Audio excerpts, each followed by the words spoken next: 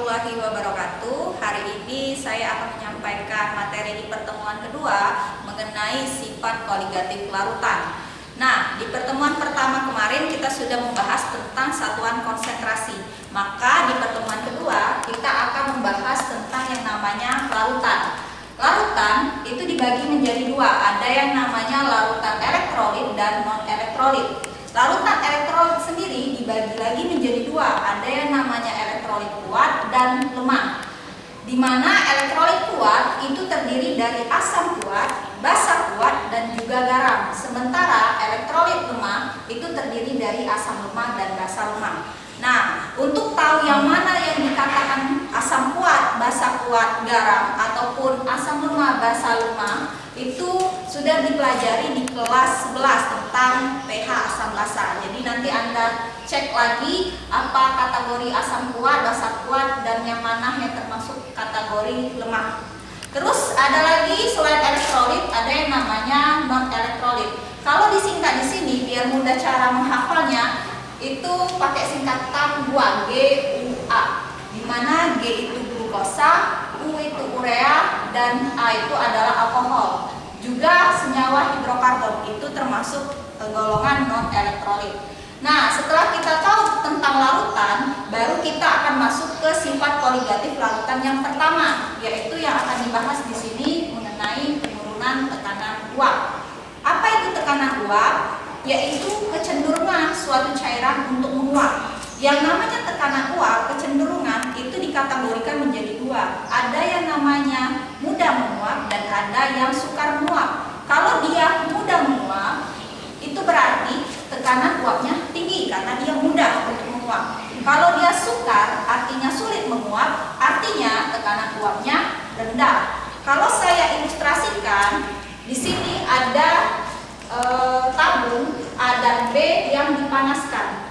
Di A kita isi dengan air. Air ini disebut namanya pelarut, ya kan? Terus yang B itu ada dua, ada air, ada garam.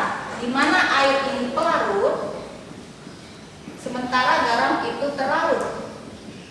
Nah, atau kita sebut dengan yang namanya larutan. Kalau ditanya antara pelarut dan larutan, mana tekanan uapnya yang lebih tinggi? Maka jawabannya adalah pelarut. Kenapa? Karena di pelarut itu hanya terdiri dari air saja. Jadi ketika dia dipanaskan, maka partikel air semuanya akan menguap. Tapi kalau di larutan, karena dia ada garam, ketika air dipanaskan, sebagian partikel air dia keluar menguap, sebagian tertahan di permukaan akibat zat terlarut garam. Jadi sebagian menguap, sebagian lagi tetap ada di dalam larutan. Itu. Nah, artinya dari ilustrasi ini kita dapat menyimpulkan bahwa tekanan uap pelarut yang isinya air itu jauh lebih tinggi dibanding tekanan uap larutan yang dicampurkan dengan zat terlarut atau contohnya garam. Nah, di sini ada tiga rumus yang dimana penurunan tekanan uap itu P0 dikurang P. P0 artinya tekanan uap pelarut. Karena pelarut tadi jauh lebih tinggi nilainya, berarti sifatnya positif. Karena tekanan uap larutan lebih kecil dari pelarut, maka dia tandanya negatif. Jadi P0 kurang P. Atau kalau kita mau mencari P, itu bisa pakai rumus satu lagi, pakai fraksi mol yang sudah kita pelajari di minggu pertama kemarin. Maka P0 kali XP, atau delta P sama dengan P0 kali XT. Jadi cara mudah menghafalnya, karena di sini P itu artinya rumusnya yang Anda pakai XP. Karena di sini ada delta P, ya kan, delta berarti ada T-nya, maka kita gunakan fraksi mol yang terlarut. Nah, itu cara membedakannya. Nah, rumus yang awal tadi itu merupakan rumus larutan non-elektrolit. Yang kedua, larutan elektrolit. Untuk larutan elektrolit kita hanya cukup menambahkan I saja. I ini adalah faktor Van Hoff. Nah, di mana nilai I bisa Anda cari dengan rumus 1 plus N-1 kali alfa. Kita sudah belajar di kelas 11 bahwa alfa elektrolit lemah itu berkisar 0,1 sampai 0,9.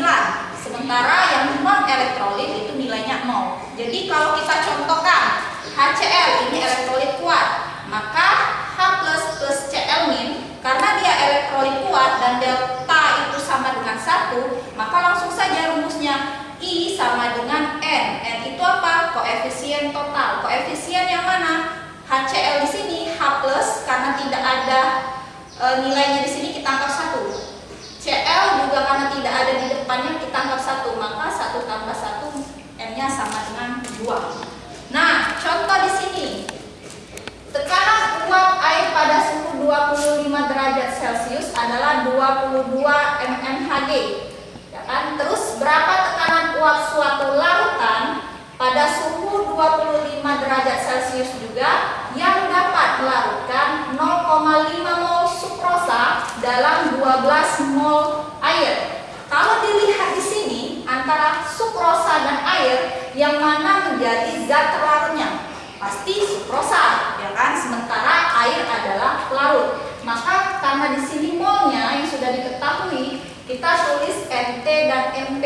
NT itu terlarut sukrosa, NP adalah pelarut. Terus 25 mmHg ini itu adalah tekanan uap air. Nah, tekanan uap air tadi adalah tekanan uap pelarut, ya kan? Air kan sama dengan pelarut, berarti 25 mmHg. Yang ditanyakan itu larutan, berarti yang ditanyakan adalah P-nya. Maka kita menggunakan rumus, ya kan? P0 kali XP. Kenapa tidak dikalikan dengan I? Ya kan? Rumusnya di sini kan ada elektrolit dan non elektrolit. Karena yang kita gunakan di sini adalah sukrosa. Sukrosa itu bagian dari glukosa, gula. Maka dia termasuk kategori non elektrolit. Maka tidak kita tambahkan dengan I. Maka kalau kita masukkan 25 dikali XP itu sudah kita pelajari fraksi mol, NP per NP plus NT. Kita masukkan nilainya, kita kalikan dan akan menghasilkan 24 mmHg. Nah, itu saja yang dapat Ibu sampaikan untuk contoh soal, dan materi selanjutnya akan dibahas minggu depan. Terima kasih. Wassalamualaikum warahmatullahi wabarakatuh.